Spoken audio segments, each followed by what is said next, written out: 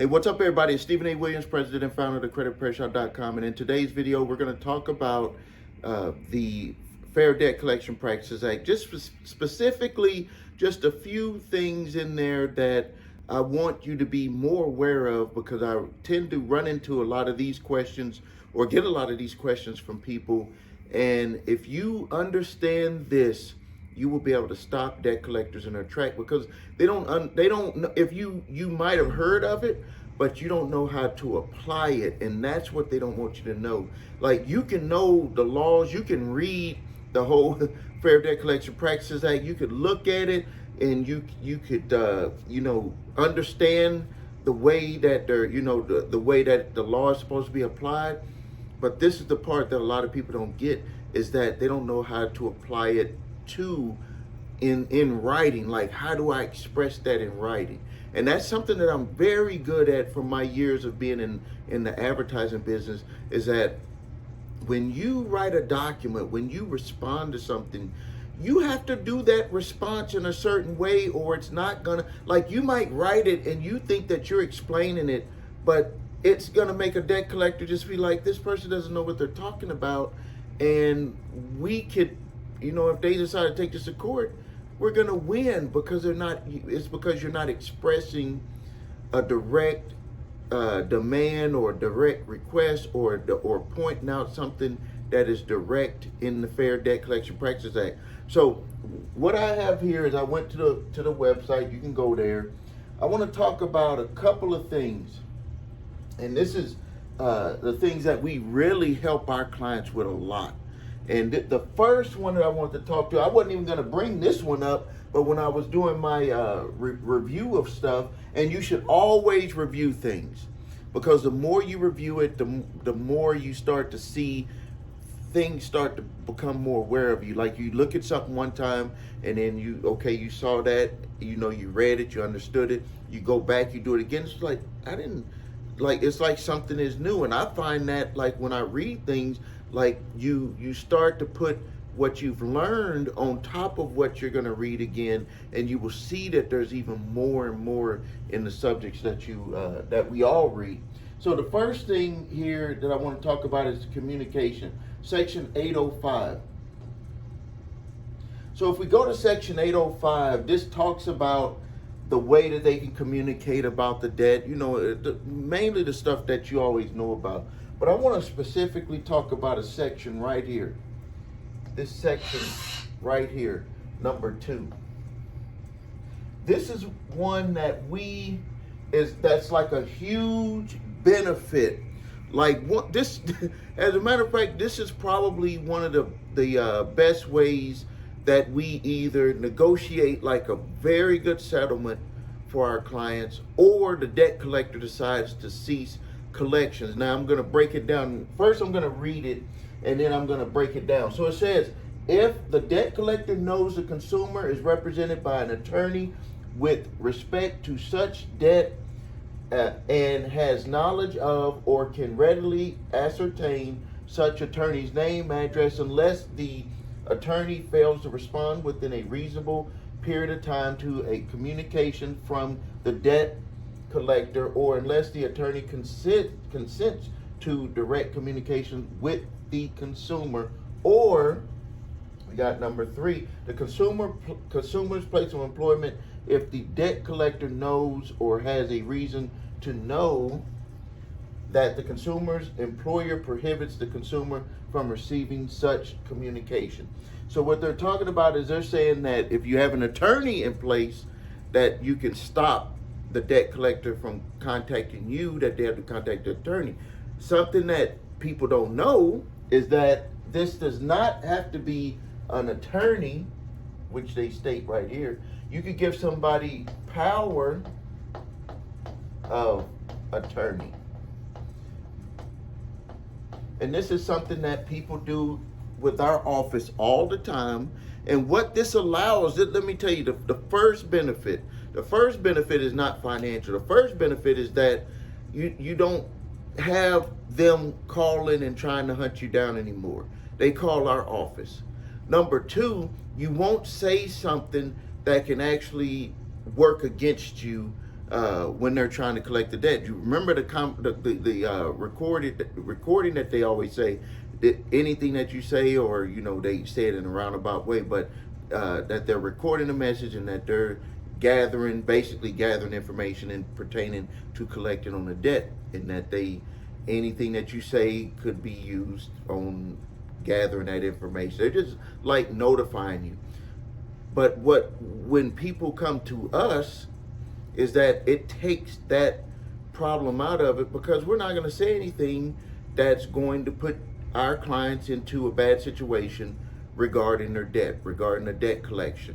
We're basically flipping it around on them, and we're collecting data from them to see where they're at pertaining to settling the debt, or if they can prove the debt. And we run all of our clients through, regardless if it's going to be a settlement, we still do a full debt validation, and we will find that the debt collection companies, when they're either hired by the original creditor or they have everything to prove that you have to pay that debt, that it can end up being a very nice settlement. We just did another one from a client where she had tried for, I think, over 6 or 7 months, and they were at $11,000, and they came down to $4,000. So this is very important. I wasn't even going to talk about this part here, but on a financial level, it can stop them from, number one, they won't be able to call your job because they have to call us, and we always call or communicate back with them.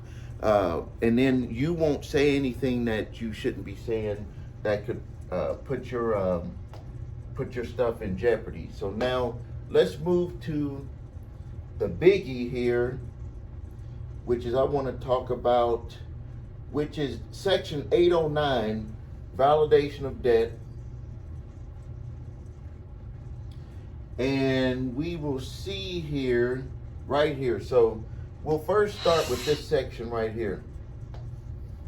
First start with this section is notice of debt content. Within 5 days after the initial communication with a consumer in connection with the collection of any debt, the debt collector shall, unless the following information is contained in the initial communication or the consumer has paid the debt, send the consumer a written notice containing the amount, the name of the creditor who is owed, statements, and a statement to notify the debt collector in writing within the 30-day period. You got to do this within 30 days. So now this is the part that I just went through this where actually another credit repair company, the owner called me because I do consulting with credit repair companies also, and this right here was where the violation was. And he was like, I know that this is a violation. I've watched one of your videos. How can I craft a letter to be able to go after this? So the first violation that they made was that in the initial letter, they did not give the individual, the consumer, the debtor, the opportunity to dispute the debt. This is something that they have to do.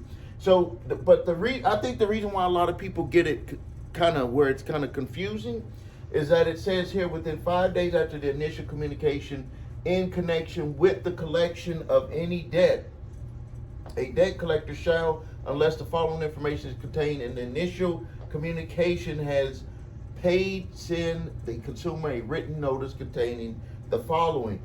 But what is confusing about people is that in that initial communication, they're supposed to give you the right to dispute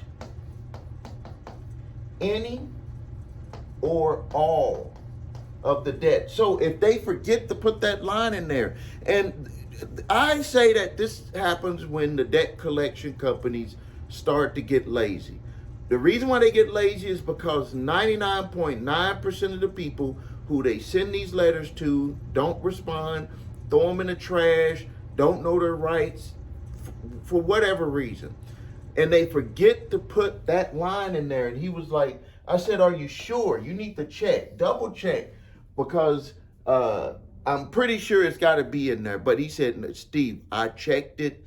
It was not in there. So now let's talk about what you would do. This will make the debt go away, because it's a straight up violation of the Fair Debt Collection Practices Act.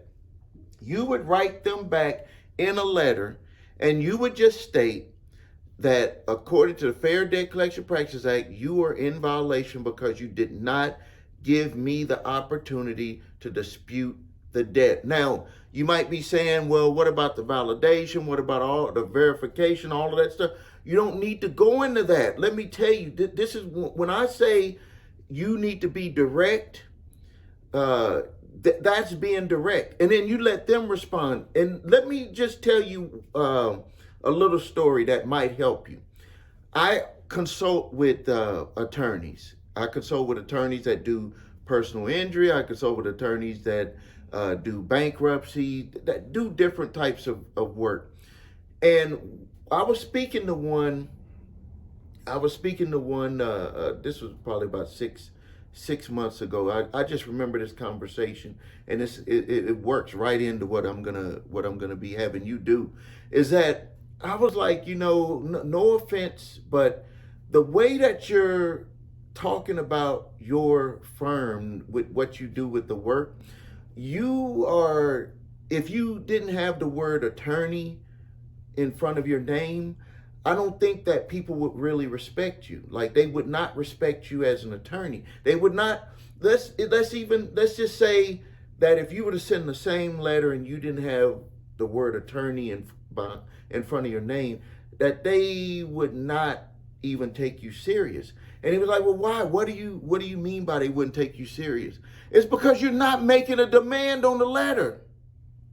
You're not being direct with your letters. It's like you're making a letter and you're like, this is the rule, but in your letter it's like going like this. Your letter is like this, and then it gets to over here. Don't make your letters that way. Don't make your letters that way. That's the problem that a lot of people have been like, well, according to Section 809, that's also with Section 805 and 806 and 807. No, be direct. Be direct. I was like, why do you got it going all over the place? If you wasn't an attorney, they might just throw the letter away. And I was saying that might be the reason why you're not moving up as fast as you want to move up as an attorney, is because you're not being direct. Just think about, like, I'm taking us out of this and let's look at what the performances of attorneys, and where you'll see an attorney that is like direct and you're like, that attorney has a big name. And then you got a whole bunch of other attorneys that are just like, I mean, I don't want to say that they're like no names, but they're like, they don't have a name like the other attorneys. This same thing works for you in your life. Be more direct. Be more direct. So if you make your letter and you read that initial letter and it did not give you the opportunity to dispute any or all of the debt, you can simply write a letter back to the debt collector and say, according to the Fair Debt Collection Practices Act, you did not give me the opportunity in your initial letter to dispute any or all of that debt, and I demand that you cease all collection activities based on that, based on you not doing that, based on that violation. And that's it. That's it. If you want to throw in the section, that's fine. But I'm telling you, it'll even work without putting in the section. As a matter of fact, if you put the section in there, they may think that you might know a little bit more about what you're talking about. But what I don't want you to do is I don't want you to just muddy it up to where it's like you're end up putting your letter together in a way that it's just going to be like they're going to just disregard it. Be direct. Another one that I had talked about with them was the, according to the Fair Debt Collection Practices Act, dealing with debt that's past the legal statute of limitations. I always talk about that at the end of my video because I see this done the wrong way so many times. If you have a debt and it is past the legal statute of limitations to collect, you do not need to do a debt validation. You do not need to verify anything. You do not need to worry about the balance and none of that stuff. You need to make a direct letter to that collector or even an original creditor if you know fully that it is past the legal statute of limitations to collect. How do you know that? You look at the statute of limitations for your state, and when that debt charges off, that's when the clock starts. And if it is past that date, 1 day past that date, you have no legal obligation to pay the original creditor or a debt collector who have purchased the debt. You have no obligation. So you don't get it all twisted up and put all the stuff about the verification, validation, all that stuff. No, you just need to be direct with your letter, notifying them that they're trying to collect on a debt that is past the legal statute of limitations to collect in your state. That's it. You don't need to get into all of the other stuff. Now, let's go forward on this. If you have debt collectors coming after you, I have my pack of letters. It's one group is free, one group is only $29. You're welcome to grab those letters. Statute of limitations letter for debt that's past the legal statute of limitations to collect. Cease and desist collection activities letter that will give you ammunition to fight back against debt collectors who have purchased your debt and they're trying to come after you for it. It's going to have some questions in there for them that they don't expect you to ask of them. It can make your debt go away. And also, I want people to start putting and liking and typing in the results that you got from those letters, because I want you to be grateful that you're using them. To this date, since I started offering that, over 10,000 people have downloaded those 3 documents. And I don't believe that I've gotten 10,000 people worth of thank yous for doing that, because that is something that I've only held for my clients, and I've been giving that away for free. It also has a debt validation letter if you have to go back and forth. The free version, I just ask if you want, you can make a donation. It helps me for my time here on the channel. Or you can get the paid one. It's very low cost, but both of them will work. And the other thing that some people don't take into account is that it will save you time, money, and frustration. There is nothing better in life when something that you can utilize can save you time, money, and frustration. Grab those. If you need help with your credit, please visit us at thecreditrepairshop.com.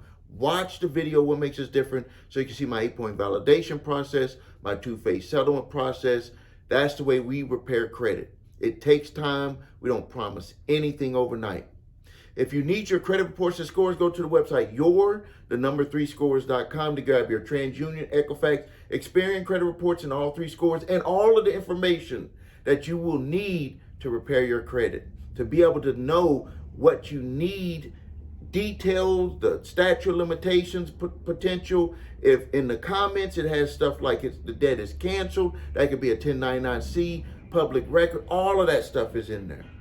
Grab that. Thank you for your time. Please subscribe to the channel, post your questions and comments. This is Stephen A.